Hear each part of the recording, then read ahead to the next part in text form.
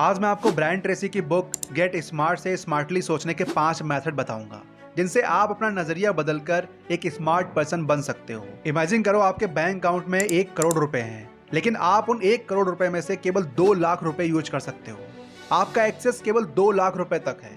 अब बताओ कैसा लगेगा? फ्रस्ट्रेशन होगा। इसी तरह हमारी जो सोचने की पावर है वो हम 2% ही यूज करते हैं। बाकी के 98% पर एक एवरेज इंसान का एक्सेस ही नहीं है। और गुड न्यूज ये है कि इस वीडियो को देखने के बाद आप अपनी 98% पावर को अनलॉक कर सकते हो। देखो, हमारे ब्रेन में 100 बिलियन ब्रेन सेल्स हैं और इन 100 बिलियन ब्रेन सेल्स में हर एक सेल कनेक्टेड है 20,000 दूसरे सेल से। ब्रेन एक्सपर्ट टोनी बुज़न के मुताबिक इसका मतलब ये है, अगर हम हमारे सारे ब्रेन सेल यूज कर सकें तो हर एक इंसान इस पूरे यूनिवर्स में पाए जाने वाले जितने भी मॉलिक्यूल हैं उनसे भी ज़्यादा आइडियाज जनरेट कर सकता है। इस पावर को अनलॉक करने के लिए आपको बस अपना नजरिया बदलने की जरूरत है, और नजरिया बदलने के लिए आपको बस खुले दिमाग से सोचना होगा।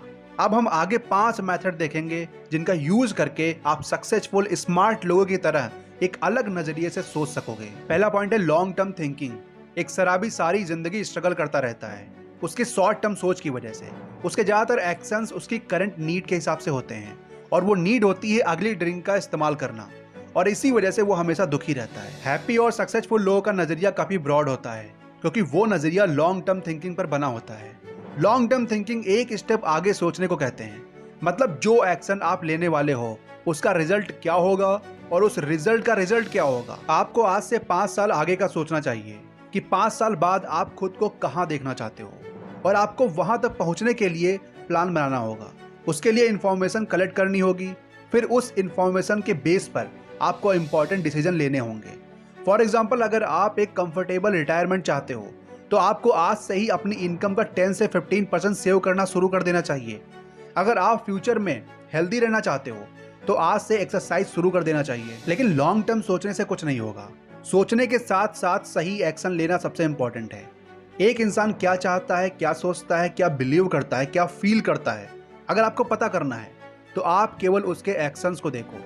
वो क्या कहता है ये बिल्कुल मैटर नहीं करता।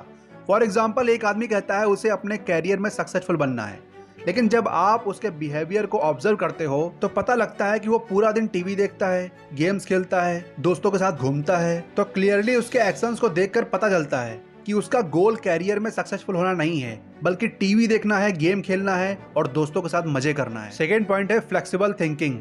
हमारी दुनिया बहुत तेजी से बदल रही है। फॉर एग्जाम्पल, डाकिया पत्र लेकर आता था, लेकिन मोबाइल के इन्वेंशन ने डाकिया की जॉब छीन ली। नोकिया कीपैड तक ही सीमित रह गया। बहुत जल्द अपने आप को नहीं बदल पाया एंड्रॉइड में, इसीलिए आज नोकिया पीछे है। इसीलिए समझदारी इसी में है कि हम अपनी सोच को फ्लेक्सिबल रखें, तेजी से बदलती दुनिया में खुद को शार्प रखें, हमेशा कुछ नया सीखते रहें। फ्री टाइम में आराम करके स्ट्रेस कम करना बुरा नहीं है, लेकिन वो फ्री टाइम पूरी तरह से आराम करने में नहीं निकालना चाहिए। रीडिंग और लर्निंग भी बहुत अच्छे तरीके हैं स्ट्रेस कम करने के। जब आप एक बुक रीड करते हो तो आप उस राइटर के 20 साल के एक्सपीरियंस को पढ़ रहे होते हो। मतलब उस राइटर को जो जानने में 20 साल लग गए वो आपने एक बुक को पढ़कर जान लिया। इसीलिए बुक्स रीड करते रहो, क्योंकि बुक्स रीड करने से आपका थिंकिंग प्रोसेस बहुत कमाल का हो जाता है। थर्ड पॉइंट है क्रिएटिव थिंकिंग।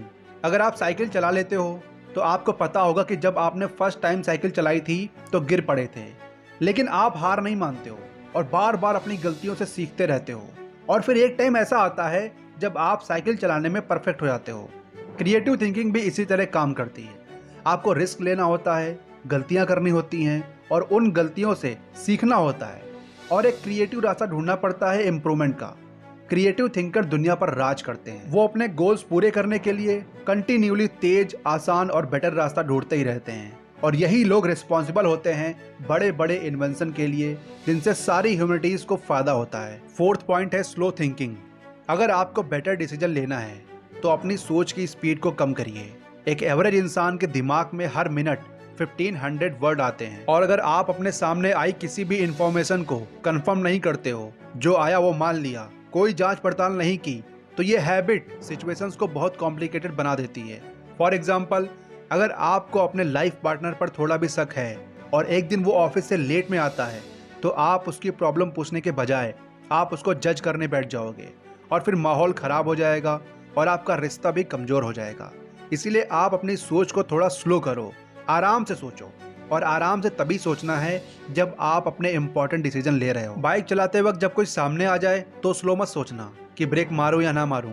तो स्लो थिंकिंग तभी करें जब आप फ्यूचर प्लानिंग कर रहे हो। 5th नंबर है पॉजिटिव थिंकिंग। किसी भी सिचुएशन को देखने के 2 तरीके होते हैं, डिपेंड करता है आपके नजरिए पे। आपके दोस्त के पास बड़ा घर है, या तो आप निगेटिव सोचकर उससे जल सकते हो, या फिर आप खुश हो सकते हो कि कम से कम आपके पास घर तो है, छोटा ही सही लेकिन घर तो है। निगेटिव थिंकिंग सक्सेस के रास्ते पर हमेशा एक रुकावट की तरह होती है, क्योंकि ये आपको डीमोटिवेट करती है, स्ट्रेस देती है। निगेटिव थिंकिंग से आप अपने बारे में बुरा फील करने लगते हो और ये एक पैटर्न बन जाता है। फिर आप हर चीज को निगेटिव तरीके से देखने लगते हो। तो आज के लिए इतना ही। आपको बस एक कमेंट करना है, आपको ये बताना है कि आपको ये वीडियो कैसी लगी। कमेंट जरूर करना, और अगर कोई गलती हुई हो मुझसे तो उसको भी कमेंट करके बताना, ताकि मैं अपने आप में इम्प्रूवमेंट कर सकूं। मिलते हैं नेक्स्ट वीडियो में। जय हिंद।